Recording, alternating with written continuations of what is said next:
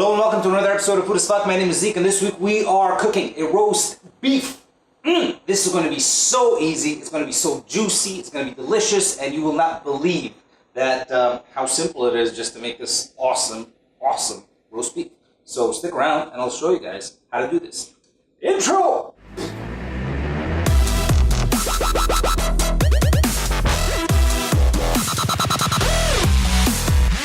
Ingredients for today, so obviously you're going to be needing some kind of roast beef cut.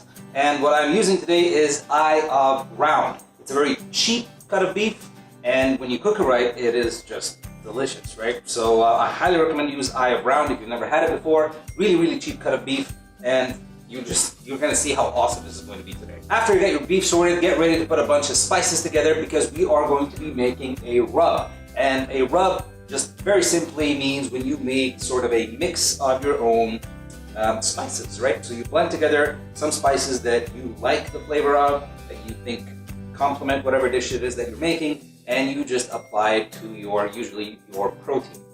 And for the purposes of our rub today that we're going to be making, this is what I am going for. Remember, you can always substitute whatever it is that you don't like for something else that you like, or just make your own rub. That is the beauty of rubs, is that they can just be your own. So these are the things that I'm going for. If you want to copy my recipe, this is what I put in. So first of all, I put a teaspoon of salt. To that, I added a teaspoon of pepper, 1 teaspoon of garlic powder, 1 teaspoon of onion powder, half a teaspoon of paprika,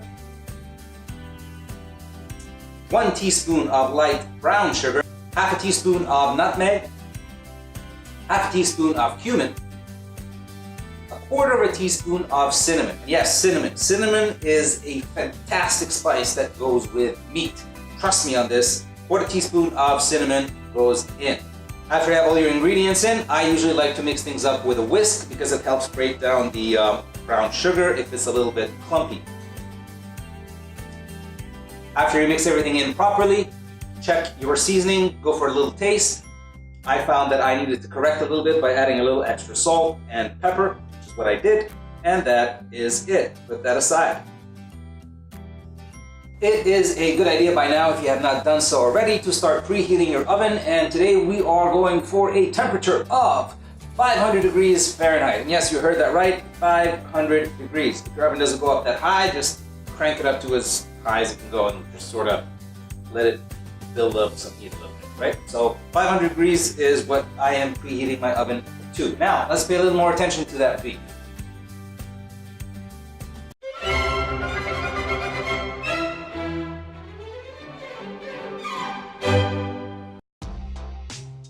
As usual, make sure that you have an extremely sharp knife. The sharper your knife, the less prone you are to actually cutting or something. And let the knife do the work for you, right? So just go through that fat, just pull up, let gravity push the beef down, and just run your knife along that fat, and you'll find that you will actually leave most of the meat behind. Just let the knife do the work. If it's sharp, it will do the work. And that's it. So as you can see, I like to take most of the fat off. You're not going to really need it for the way that we're going to be cooking it today. As I said, it's going to be really cool, and you guys are going to love this.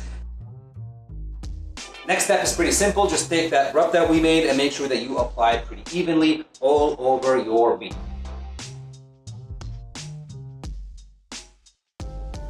Make sure to get the sides, the bottom part. Give it a nice pat every now and then until it's a good boy. Pretty sure that helps with the cooking.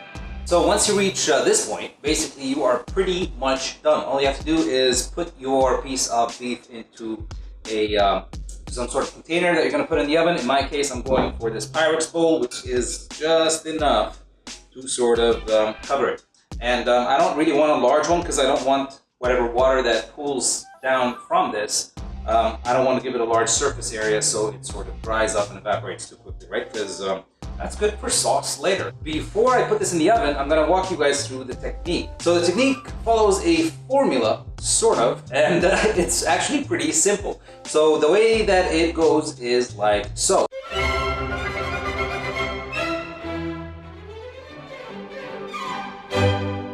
So for every 1 pound of meat, you are going to be cooking that for 3 minutes. And that's pretty much it. So this is almost 3 pounds, which means 9 minutes. And the formula states that you have to add 1 extra minute for luck, which is what I always do, and it always works, right? So this is almost 3 pounds. It's about 1.250 kilograms or 1,250 grams of eye-brown steak. So I'm going to be putting this in the oven for 9 minutes, and I'm going to be adding a minute for luck, which brings me to 10 minutes. Now, you guys are probably wondering, he's going to cook this thing for 10 minutes and it's going to be done. Aha! See, this is where the technique comes in. And this is so cool, right? So all I'm going to be doing is, I'm going to be taking this out, and I'm going to be putting it into the bowl, just like so. So as you can see, didn't do anything fancy, right? Just put it in the bowl.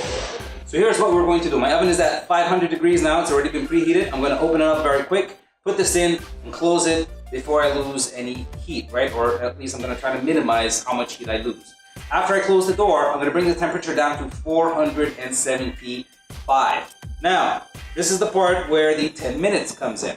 I'm going to cook this for 10 minutes because of the size that I'm using today, and like I said, it's 3 minutes per pound, and then add a minute, so you guys do your own math. After that time is done, you are going to turn off your oven and walk away. You do not touch it, you do not open the door, you don't take a peek, you do nothing, right? You just press the off button, just make sure that the oven is not on anymore. And that's it. Just leave this in there for 2 hours. And I guarantee by the time you open it back up, I'll see you guys. I'll see you guys in 2 hours.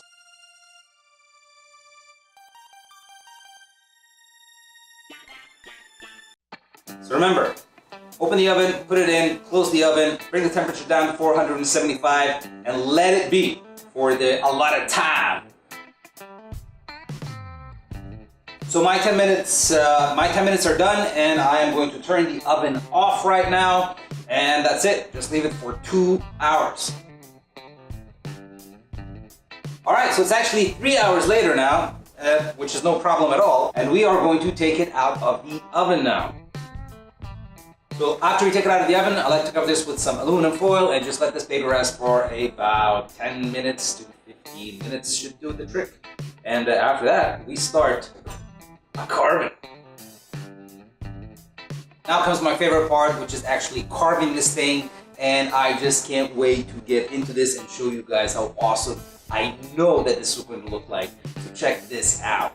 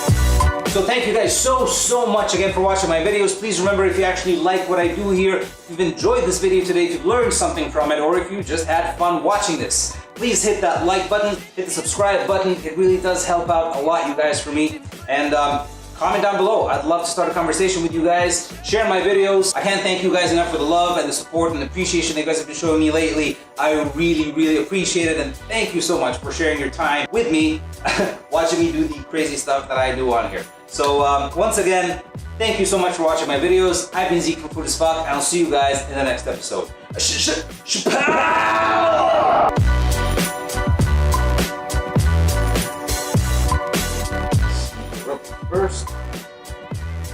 Make the rub first, and then put the... Yeah, rub first.